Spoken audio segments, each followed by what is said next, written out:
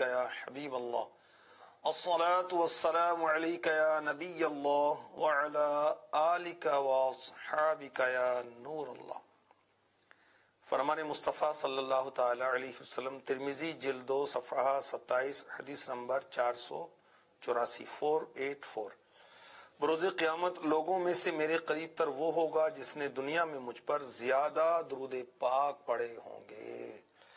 صلو علی الحبیب صلی اللہ تعالی علی محمد وعلی آلہ وصحبہ وبارک وسلم۔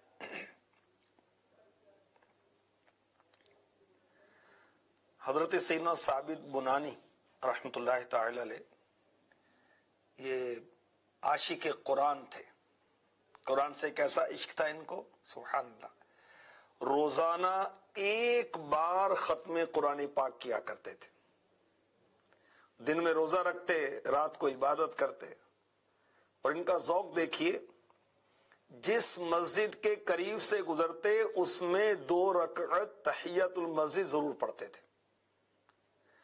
تحدیث نعمت کے لیے آپ فرماتے ہیں، میں نے جامع مسجد کے ہر ستون کے پاس قرآن پاک کا ختم کیا اور اللہ کی بارگاہ میں گریہ ازاری کی۔ نماز سے، قرآن سے بڑی محبت تھی حضرت ثابت بنانی رحمۃ اللہ تعالی علیہ کو۔ اور جب ان کا انتقال ہوا تو کیا کرم ہوا، سبحان اللہ۔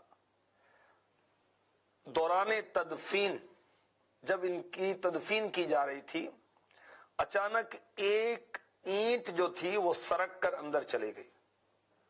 لوگ اینٹ اٹھانے کے لیے جھکے تو حیران ہو گئے، کیونکہ حضرت سیدنا ثابت بنانی رحمۃ اللہ تعالی علیہ اپنی قبر میں نماز پڑھ رہے تھے، سبحان اللہ۔ تو لوگوں نے آپ کے گھر والوں سے معلوم کیا تو شہزادی صاحبہ نے والد محترم کے بارے میں بتایا کہ آپ روزانہ دعا کرتے تھے، یا اللہ اگر تو کسی کو وفات کے بعد قبر میں نماز پڑھنے کی سعادت عطا فرمائے تو مجھے بھی مشرف فرما، سبحان اللہ۔ اور لوگ آپ کے مزار کے قریب سے گزرتے تو آپ کے مزار سے تلاوت قرآن کی آواز آ رہی ہوتی تھی، سبحان اللہ۔ دہن میلا نہیں ہوتا، بدن میلا نہیں ہوتا، خدا کے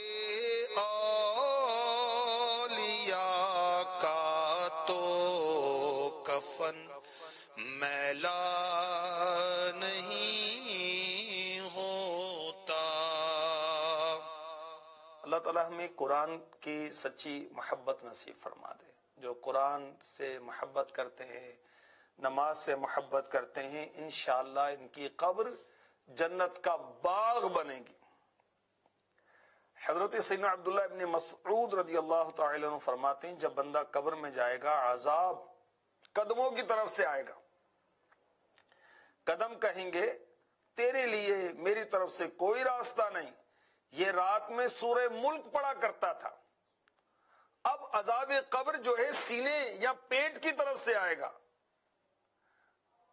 تو کہے گا، تمہارے لیے میری جانب کوئی راستہ نہیں، کیونکہ یہ رات میں سورہ ملک پڑھا کرتا تھا۔ پھر عذاب سر کی طرف سے آئے گا تو سر کہے گا، تمہارے لیے میری طرف سے کوئی راستہ نہیں، کیونکہ یہ رات میں سورہ ملک پڑھا کرتا تھا۔ یہ سورت روکنے والی ہے۔ کون سی سورت؟ سورہ ملک۔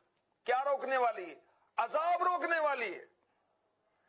عذاب قبر سے روکتی ہے، تو رات میں اس کا نام سورہ ملک ہے۔ جو اسے رات میں پڑھتا ہے بہت اچھا، بہت زیادہ اور بہت اچھا عمل کرتا ہے، سبحان اللہ۔ ہم نے کل کے سلسلے میں بھی سنا کہ حضرت عبداللہ ابن عباس رضی اللہ تعالی عنہما فرماتے ہیں کہ مومن کو قبر میں قرآن پاک دیا جاتا ہے، سبحان اللہ۔ اب سورہ ملک پڑھیں گے تو موج لگ جائے گی انشاءاللہ۔ تو ہر رات سورہ ملک ہمیں پڑھنا چاہیے. مفتی احمد یار خان نعیمی رحمۃ اللہ تعالی علیہ نے فرمایا جو سورہ ملک کی تلاوت کرے گا زندگی میں گناہوں سے بچے گا. جو سورہ ملک کی تلاوت کرے گا موت کے وقت برے خاتمے سے بچے گا.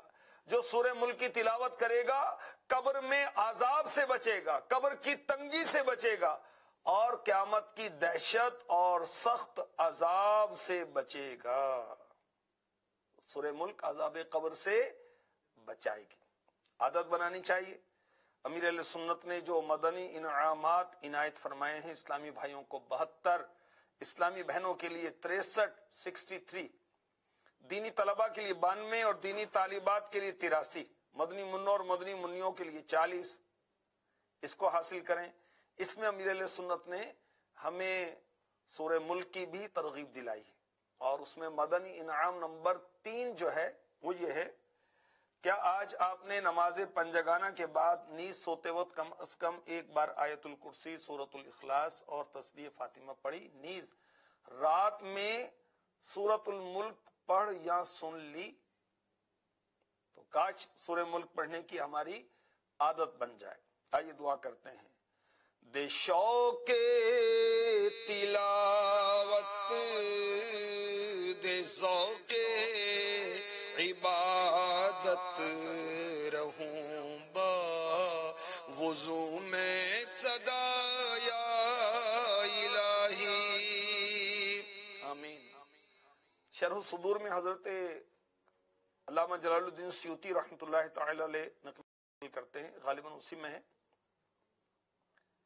کہ